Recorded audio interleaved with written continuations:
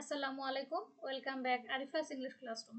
প্রিয় অষ্টম শ্রেণীর শিক্ষার্থীরা, আজকে আমি তোমাদের সামনে তোমাদের অধ্যায় নাম্বার 6 এর একটি অ্যাক্টিভিটি নিয়ে আলোচনা করব। সেটি হচ্ছে 6.4.3 ইনফর্মাল রাইটিং।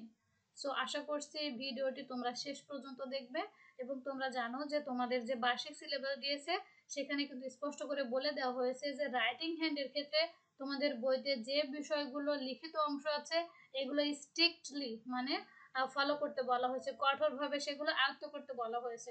সো এটি তোমাদের ইনফর্মাল রাইটিং। সো এই বিষয়টা তোমাদের জন্য মোস্ট ইম্পর্টেন্ট। এই বিষয় সম্পর্কিত তোমাদের পরীক্ষাতে কোনো একটা প্রশ্ন থাকতেও পারে যে তোমরা কিভাবে ইনফর্মাল রাইটিং লিখবে। আমরা এর আগের ক্লাসে দেখেছিলাম ফর্মাল এবং ইনফর্মাল কিভাবে লিখতে হয়। ইনফর্মাল রাইটিং এর ক্ষেত্রে তোমাদের এখানে অ্যাক্টিভিটি দেখতে বলা হচ্ছে, সেটি হচ্ছে 6.3.3। এখানে তোমাদের ফর্মাল এবং ইনফর্মাল রাইটিং এর যে বৈশিষ্ট্য থাকে সেগুলো আছে, তোমরা সেখান থেকে দেখে নিবে। 6.3.3 তে দেখবে ইনফর্মাল রাইটিং এর কিছু বৈশিষ্ট্য দেওয়া আছে। এখন তোমাদের আজকে যে কাজটি করতে হবে সেটি আমরা নির্দেশনা অনুযায়ী দেখে নেই। Look at the following illustrations, নিজের ছবিগুলো দেখো। ইলাস্ট্রেশনস মানে ছবি। Can you guess what they mean, তো তুমি কি ধারণা করতে পারো সেগুলোর অর্থ কি? ইন গ্রুপস, দলীয়ভাবে write 2 or 3 sentences on each situation, প্রত্যেকটা অবস্থা সম্পর্কে তুমি দুটো অথবা তিনটা সেন্টেন্স লিখো, এটা দলীয়ভাবে আলোচনা করে। You may write an invitation, তুমি লিখতে পারো আমন্ত্রণ পত্র। কংগ্রাচুলেটরি মেসেজ, কোনো অভিবাদনমূলক বার্তা। অর ডেসক্রাইব দেম, এবং সেগুলো তুমি বর্ণনাও করতে পারো। You can look at the features of informal text in the box in activity 6.3.3 for your writing. আর তোমার এই লেখার ক্ষেত্রে তুমি 6.3.3 তে যে ইনফর্মাল টেক্সট লেখার কিছু বৈশিষ্ট্য আছে সেগুলো তুমি দেখতে পারো। সো আমরা জানি যে ইনফর্মাল রাইটিং মানে হচ্ছে ছোট্ট সহজ বাক্য থাকবে, কন্ট্রাক্টেড ফর্ম থাকবে, আর আবেগের ভাষা থাকবে, ইত্যাদি ইত্যাদি আর অনেকগুলো আছে, তোমরা দেখে নেবে। আমরা এখন এই বিষয়গুলো বর্ণনা করব। তোমাদের এখানে কয়টা সিচুয়েশন আছে? দুইটা, চারটা, পাঁচটা সিচুয়েশন আছে। আমরা এখানে দুটো অথবা তিনটা সেন্টেন্স দিতে বলেছে, আমি তিনটা করে সেন্টেন্স দিয়েছি। তোমরা এখান থেকে নিয়ে তোমাদের মনের মতো করে সাজিয়ে লিখবে। প্রথমটা দেখো কি দেওয়া আছে, হ্যাপি বার্থডে। এই ছবিটা দেখে তুমি বর্ণনা করতে পারো অথবা দুটো সেন্টেন্স তুমি হ্যাপি বার্থডে সম্পর্কে লিখতে পারো। আমি যেটা অ্যাড করেছি, হ্যাপি বার্থডে রাতুল, আমি মনে করেছি যে এখানে রাতুল নামের একজন আছে, তাকে আমি উইশ করেছি বার্থডে পার্টিতে। ইউ লুক ভেরি চেয়ারফুল, তো তোমাকে খুব সুন্দর দেখায়, তোমাকে খুব হাসি খুশি দেখাচ্ছে। হ্যাভ আ নাইস ডে, হচ্ছে একটা সুন্দর দিন কাটাও, মানে তুমি বার্থডেটা সুন্দর করে কাটাও, এটা আমি তাকে উইশ করছি। ওকে, নেক্সট যেটা আছে এটা হচ্ছে ঈদ ডে। ছবি দেখে তোমরা বুঝতে পারছো ঈদ ডেতে আমরা কি করি, অনেক কিছু আছে। তুমি দুটো দুটো মানে তিনটা সেন্টেন্স একদম ইজি ভাষায় লিখবে। আমি যেটা দিয়েছি সেটা হচ্ছে ঈদ মিন্স হ্যাপি, ঈদ মানে আনন্দ। We pray and embrace to each other, আমরা এই দিনে কি করি, একে অপরের সাথে কোলাকুলি করি এবং সালাত আদায় করি বা নামাজ পড়ি। My mother cooks delicious food on the day, ঈদের দিন আমার মা আমাদের জন্য খুবই সুস্বাদু হচ্ছে খাবার রান্না করেন।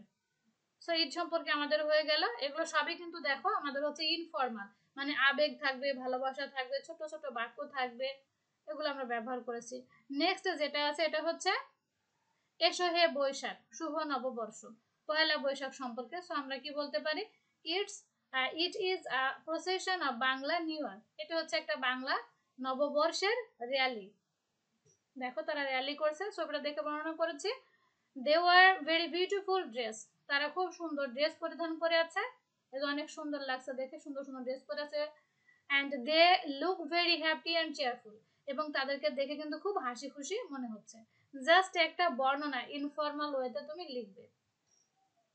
এই ছবিতে কি দেখতে পাচ্ছ, বর আর কনে। সেটা কিসের অনুষ্ঠান হতে পারে?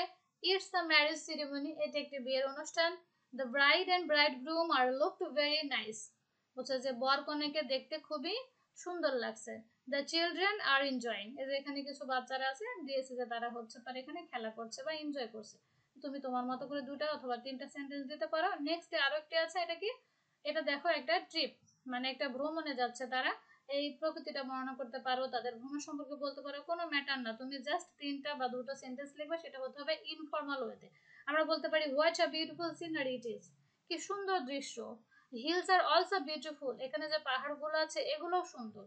লেটস এনজয় আওয়ার ট্রিপ, চলো আমাদের ভ্রমণটি উপভোগ করি। সো এখানে আমরা দেখলাম যে 5টি সিচুয়েশন ছিল, অবস্থা ছিল, ছবি দেওয়া আছে, সে অনুযায়ী আমরা 2-3টা সেন্টেন্স বর্ণনা করলাম। এখন তোমরা এইভাবে নিজেদের মতো করে এটি প্র্যাকটিস করবে। আর এই যে 6.3.3 এটা খুব ভালো করে ইনফর্মাল এবং ফর্মাল ওয়েতে তোমরা লেখাগুলো শিখবে, কারণ তোমাদের যে 30 মার্কস আছে রাইটিং হ্যান্ড, এখানে ইনফর্মালও লিখতে হবে, ফর্মাল ওয়েতেও কিন্তু লেখা লাগবে। সো আশা করছি যে তোমরা এই বিষয়গুলো কিন্তু মাথায় রাখবে, আর বই থেকে তোমাদের যে রাইটিংগুলো আছে সেগুলো কিন্তু আসবে। আর সবার উদ্দেশ্যে একটা কথা, তোমরা যদি তোমাদের এই পরীক্ষা এবং বই এবং ইংরেজি সম্পর্কে নিজেকে ভালো করে গড়ে তুলতে চাও, অবশ্যই আমার চ্যানেলটি সাবস্ক্রাইব করবে। এবং আমার আরিফাস ইংলিশ ক্লাসরুম নামে একটি ফেসবুক পেজ আছে, যারা তোমরা ফেসবুকে অ্যাক্টিভ থাকো সেখান থেকে দেখে নিতে পারো। আমি নেক্সট ক্লাসে তোমাদের সঙ্গে নেক্সট যেটি আছে 6.4.4 ফর্মাল রাইটিং, এটি নিয়ে আলোচনা করবো। এটাও তোমাদের জন্য মোস্ট ইম্পর্টেন্ট, কেননা দেখো এখানে দুটো বিষয় আসছে, ফর্মাল এবং ইনফর্মাল, এবং তোমাদের পরীক্ষার স্যাম্পল কোশ্চেনেও কিন্তু এটি দেওয়া আছে। আশা করছি এই অ্যাক্টিভিটিগুলো তোমরা সরাসরি পরীক্ষায় কিন্তু কমন পাবে। হুবহু এই বিষয়টা তোমাকে তুলে দিবে না, বাট কিভাবে ফর্মাল রাইটিং লিখতে হয়, কিভাবে ইনফর্মাল লিখতে হয়, এখান থেকে তুমি শিখে পরীক্ষার খাতায় লিখবে। সো এখানে শেষ করছি, সবাই ভালো থাকবে, সুস্থ থাকবে, আসসালামু আলাইকুম।